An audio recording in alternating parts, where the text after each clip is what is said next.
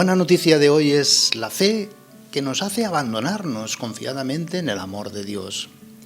Es nuestra debilidad y dependencia, como la de un hijo con su papá, lo que nos hace vivir de la gracia de Dios. Por tanto, nuestra fortaleza es justamente nuestra pobreza, nuestra debilidad.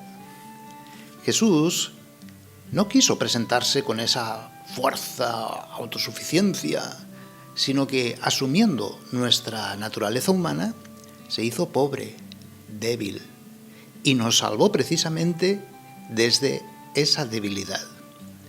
Contra el orgullo o soberbia de tantos hombres, el Señor no responde de la misma manera, sino con misericordia. Así como hasta ahora ha manifestado su origen divino, hoy el Evangelio nos lo manifiesta en su naturaleza débil y pobre, es decir, humana, en la posibilidad de ser rechazado por los demás. Si con signos a sus discípulos se ha mostrado dueño de la naturaleza, dueño, amo y señor de la vida como verdadero Dios, hoy se nos muestra su voluntad de no imponerse con estos prodigios que manipulan la naturaleza o el curso de la historia, sino como un Dios amor, que se propone en el amor servicial y misericordioso, que se ofrece a la libre voluntad de cada persona. Un escándalo para los judíos que buscaban milagros, una tontería para los gentiles que buscaban sabiduría. Ciertamente la gente de su pueblo reconoce una sabiduría nueva y unos milagros a favor de la dignidad de la persona, pero son incapaces de trascender, de darle el sentido que Jesús les da. Son signos de poder que designan a la persona de Jesús como aquel en quien se establece definitivamente el reino de amor, justicia, paz, el reino de Dios. De nada sirve reconocer sabiduría y milagros si no hay fe en la persona misma de Jesús.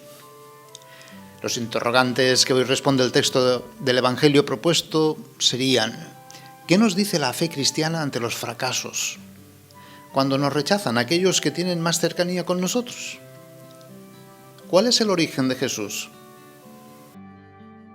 Hoy tenemos una enseñanza para pasar de la fe en sabiduría y milagros en sí mismos a la fe en la persona de Jesús y su mensaje de muerte al pecado y vida para Dios. Jesús, el auténtico profeta, no basa su misión en el éxito ni en la fama delante de los hombres, sino en la fidelidad al Padre.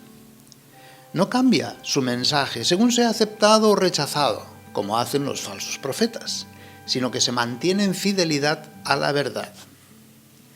En la primera lectura de la Eucaristía de hoy se nos afirma cómo ya en la historia del pueblo de Israel se constataba el rechazo a los profetas que pregonaban solo la conversión y la práctica del amor hacia los pobres, frente a cualquier ideología de poder y de posesión. Jesús hoy se identifica con esos profetas rechazados con indiferencia.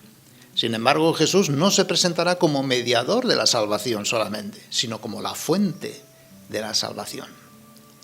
El profetismo bíblico se basa en la fe en un solo Dios, el Dios que ha hecho una alianza con el pueblo, un Dios que exige fidelidad total en su conducta religiosa y moral, conforme a sus mandamientos.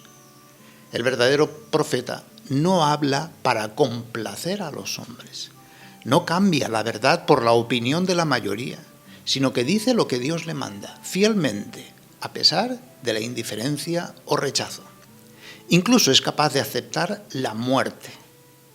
Como amigos de Dios, los profetas hacen milagros que revelan el origen divino del mensaje, justifican su exhortación a la conversión.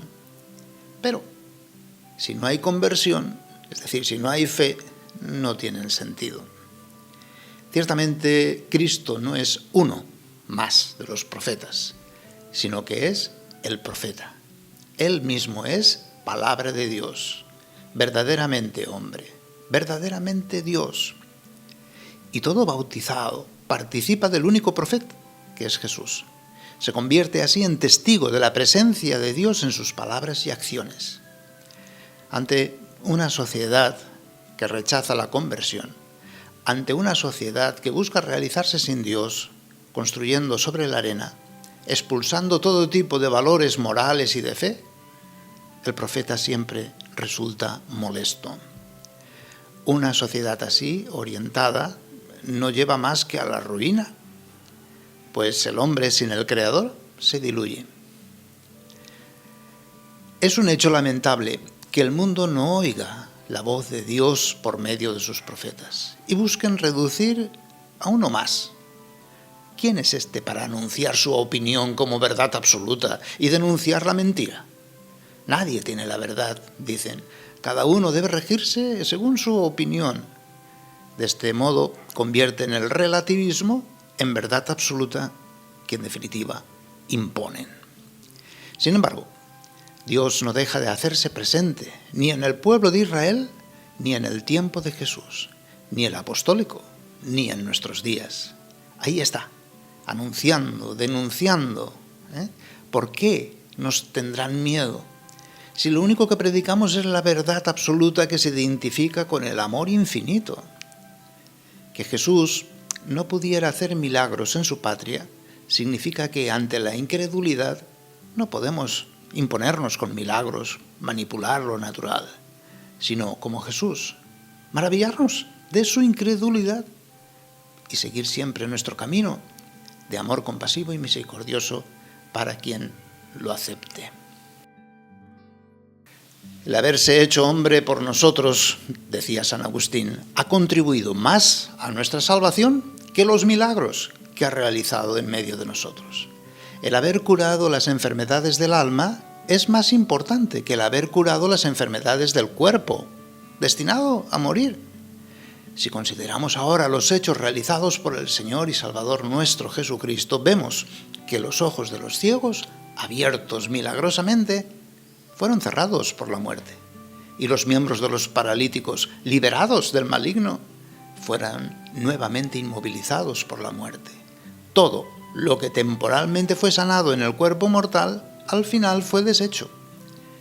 Pero el alma que creyó pasó a la vida eterna. El profeta cristiano trata del anuncio de la palabra, es la sabiduría, y de los sacramentos, que son los milagros actuales, como prioridad que nos lleva a la fe en la vida eterna. Y por esto, y solo por esto, contribuimos abriendo a la inteligencia y la voluntad a las exigencias del bien, desde la ley natural y la razón, iluminada siempre por la fe.